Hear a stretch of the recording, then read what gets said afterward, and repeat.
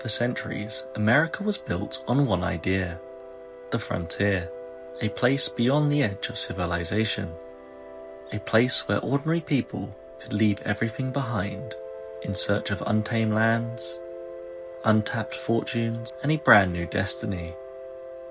Lewis and Clark, Daniel Boone, Davy Crockett, the mountain men, the pioneers, the explorers who stepped into the unknown. The frontier wasn't just a place, it was a promise that somewhere beyond the horizon was another life waiting to be discovered. The next generation of adventurers, however, looked a little different. Shaggy from Scooby-Doo, the guy from Punk'd, and Dr. Evil's son. No, not the fun one, the other one. This is Without a Paddle, one of the most intriguing films ever made about the death of the American frontier. The frontier hero leaves behind the comfort of civilization. He enters the unknown, he faces danger, he survives impossible odds, and he keeps on moving out west, always believing there's a new horizon to cross. But Without a Paddle begins with something unusual. Not the beginning of an adventure, but the end of one. Because Homelander, or should I really say Billy, unexpectedly dies. And with him dies the final flame of the adventurous spirit that once held these friends together. The boy who believed in treasure maps, mysteries, road trips, the impossible, who carried that adventurous spirit into adulthood, is gone. The others, meanwhile, have drifted into a very different life.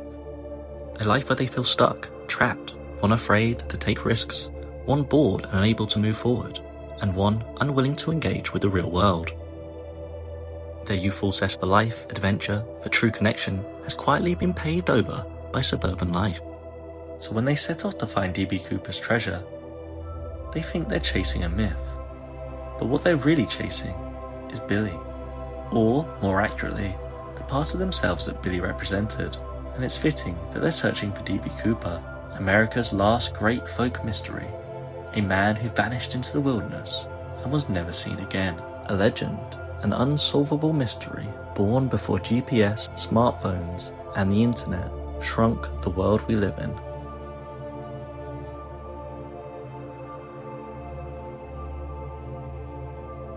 At first, our three brave frontiersmen are not cut out for the wild. They panic, they argue, they make awful decisions.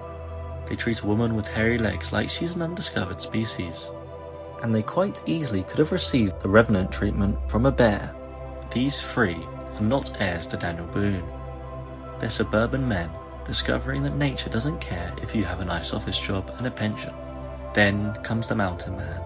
And who better to play him than Burt Reynolds, the man who survived deliverance 3 decades earlier. He's the last ghost of the American frontier, a man who chose the wild over comfort, who understands something the others have forgotten. You can lose your money, you can spend all of it, and if you work hard, you get it all back. But if you waste your time, you're never gonna get it back. Whatever it is you fellas are looking for, you gotta go out and get it. And with these wise words, the boys realize D.B. Cooper's money is not the real treasure they're after.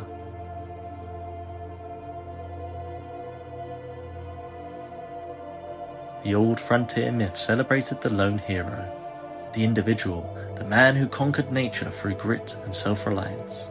Without a Paddle rejects that entirely. These men survive because they stop pretending they can do it alone.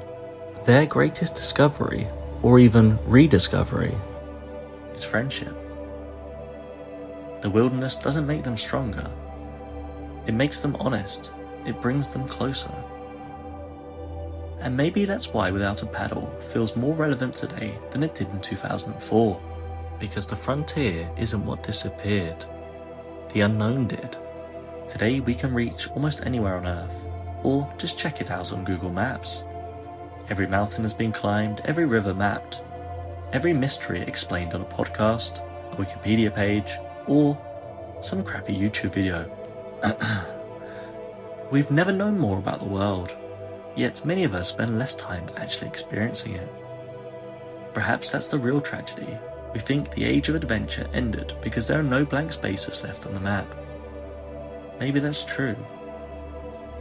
And if so, as so beautifully painted by Without a Paddle, maybe we should start looking at the empty spaces in our lives. Moments we keep postponing. Friends we keep meaning to call. Trips we swear we'll take one day. Maybe the frontier was never a place. Maybe it was just a mindset. A willingness to leave behind the familiar, to embrace uncertainty, to spend a weekend with your oldest mates instead of endlessly scrolling, to sit around a campfire instead of another YouTube video essay. For centuries, the frontier promised that somewhere beyond civilization, you might discover who you really were. Without a Paddle suggests something simpler. You don't need to become a frontiersman. We just need to stop living like every day has already been mapped out. Because perhaps the frontier never died. We just stopped looking for it beyond the lives we've built.